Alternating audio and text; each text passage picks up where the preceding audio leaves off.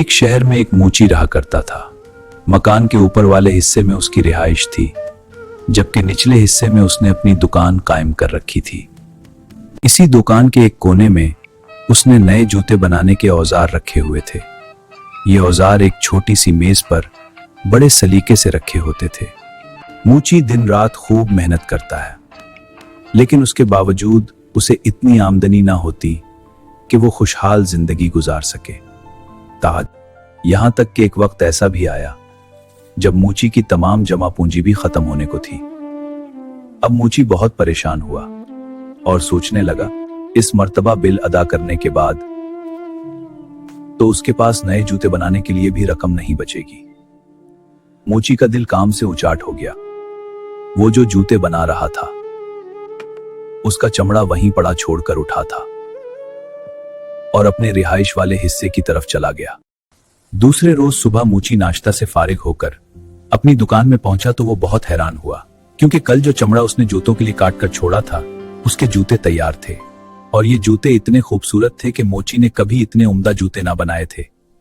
मूची ने जोर जोर से अपनी बीवी को आवाजें देनी शुरू कर दी। बीवी ओ, देखो यहाँ, ये जूते दिखाइए को यहाँ। आवाजें सुनकर उसकी बीवी दुकान में दाखिल हुई तो मूची ने पूछा, क्या ये इतने खूबसूरत जूते तुमने बनाए हैं? मूची की बीवी ने कहा, नहीं, मैं ऐसे अच्छे जूते कैसे बना सकती हूँ? मैंने तो पहले कभी जूते बनाए ही नहीं। मूची ने जूते उठाकर दुकान के दरवाजे के साथ बने हुए शोकेस में इस तरह रख दिए कि दुकान के बाहर से हर शख्स की नजर उन पर पड़ती थी। कुछ ही देर गुजरी थी कि एक आदमी ने आकर जूते खरीदने की ख्वाहिश जाहिर की। उसने मूची को जूतों की इतनी अच्छी कीमत दी कि मूची कभी सोच भी ना सकता था। अब मूची ने उस रकम से घर के लिए राशन खरीदा और मजीद जूतों के लिए चमड़ा भी खरीद लिया। खरीदारी से फारिग होकर मूची वापस आया तो शाम होने को थी। मूची की बीवी खाना बनाने की तैयारी करने लगी, जबकि मूची चमड़ा लेकर दुकान वाले हिस्से में आ गया था। मूची ने 2 जोड़े जूतों के लिए चमड़ा काटा। वो अभी उन्हें सीने के बारे में सोच रहा था कि उसकी बीवी ने आवाज देकर कहा, खाना तैयार है, आकर खाना खा लो, बाकी काम सुबह कर लेना। सुनकर मूची ने काटा हुआ चमड़ा अपने काम करने वाली मेज पर छोड़ा और रिहायशी हिस्से की तरफ आ गया। दूसरे रोज सुबह जब मूची दुकान में आया तो वो एक मर्तबा फिर हैरान हुए बगैर ना रह सका, क्योंकि रात को मूची ने जो चमड़ा काट कर रखा था उसके आज फिर बहुत उम्दा जूते तैयार थे। मूची ने एक मर्तबा फिर अपनी बीवी को बुलाकर जूतों के बारे में पूछा, क्या तुमने ये जूते बनाए? लेकिन उसने इस मर्तबा भी अपनी लाइल्मी का इजहार किया। नहीं, मुझे कुछ नहीं पता। मूची ने जूते उठाकर शोकेस में रख दिए। थोड़ी देर बाद जूते बुक गए। अब तो ये रोजाना का मामूल बन गया कि मूची चमड़ा काटकर दुकान में रखता है और सुबह उसे जूते तैयार मिलते हैं। और दिलचस्प बात यह है कि अपनी खूबसूरती की वजह से कुछ ही देर बाद ये जूते फरोख्त हो जाते हैं। मूची और उसकी बीवी अब काफी खुशहाल जिंदगी गुजार रहे थे। एक दिन मूची की बीवी ने कहा, मालूम तो करना चाहिए कि रात को कौन हमारे लिए जूते बनाकर जाता है। आज रात को हम दुकान की निगरानी करेंगे और देखेंगे कि कौन ऐसा मेहरबान है जो रोजाना हमारे लिए काम करता है।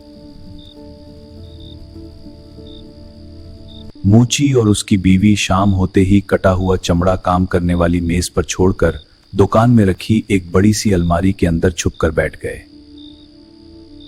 और थोड़ा सा दरवाजा खोलकर दुकान में झांकने लगे।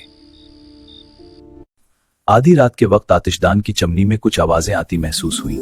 थोड़ी देर बाद उन्होंने देखा कि 2 खूबसूरत नन्ही मनी परियां हवा में तैरती हुई चमनी के जरिए दुकान में दाखिल हुई और काम करने वाली मेज के पास रखे स्टूल पर बैठकर उन्होंने जूते सीने का काम शुरू कर दिया। सुबह होने से कुछ देर कबल जूते के दोनों जोड़े तैयार हो चुके थे। खूबसूरत जूते मेज पर उसी तरह छोड़कर दोनों नन्ही प्रियां हवा में उड़ती हुई वापस चली गईं। मूची ने अपनी बीवी से कहा, बहुत दिनों से ये नन्ही परियां हमें अच्छे अच्छे जूते बनाकर दे रही हैं। मेरा ख्याल है हम भी उन्हें कोई तोहफा देने। मूची की बीवी बोली, दोनों परियां नंगे पांव थीं और उनके कपड़े भी आम से थे। शायद उन्हें इन कपड़ों में सर्दी लगती हो। क्यों ना मैं इन दोनों के लिए कपड़े बना दूं के। मूची ने भी बीवी की हाँ में हाँ मिलाई। इसी दिन मूची की बीवी ने दोनों परियों के लिए बेहतरीन गर्म जैकेटें तैयार की और साथ ही 2 जोड़े छोटे छोटे खूबसूरत जिराबों के जूते भी बनाए। अब वो दोनों परियां बहुत खुश थीं। खुशी से दोनों परियां झूमती रहीं और फिर हवा में तैरती हुई चमनी के रास्ते दुकान से बाहर निकल गईं। अब वो दोनों परियां बहुत खुश थीं। खुशी से दोनों परियां झूमती रहीं और फिर हवा में तैरती हुई चमनी के रास्ते दुकान से बाहर निकल गईं। उसके बाद वो कभी दुकान में काम करने ना आए। मोची ने जूते बनाने का काम जारी रखा, जो कि उम्दा और खूबसूरत होते थे, और वो पूरे इलाके में बहुत अमीर और मशहूर हो गया था। लेकिन कोई भी अपने जूतों का नन्ही परियों के बनाए हुए नर्म और नाजुक जूतों से मुवाजना ना कर सका।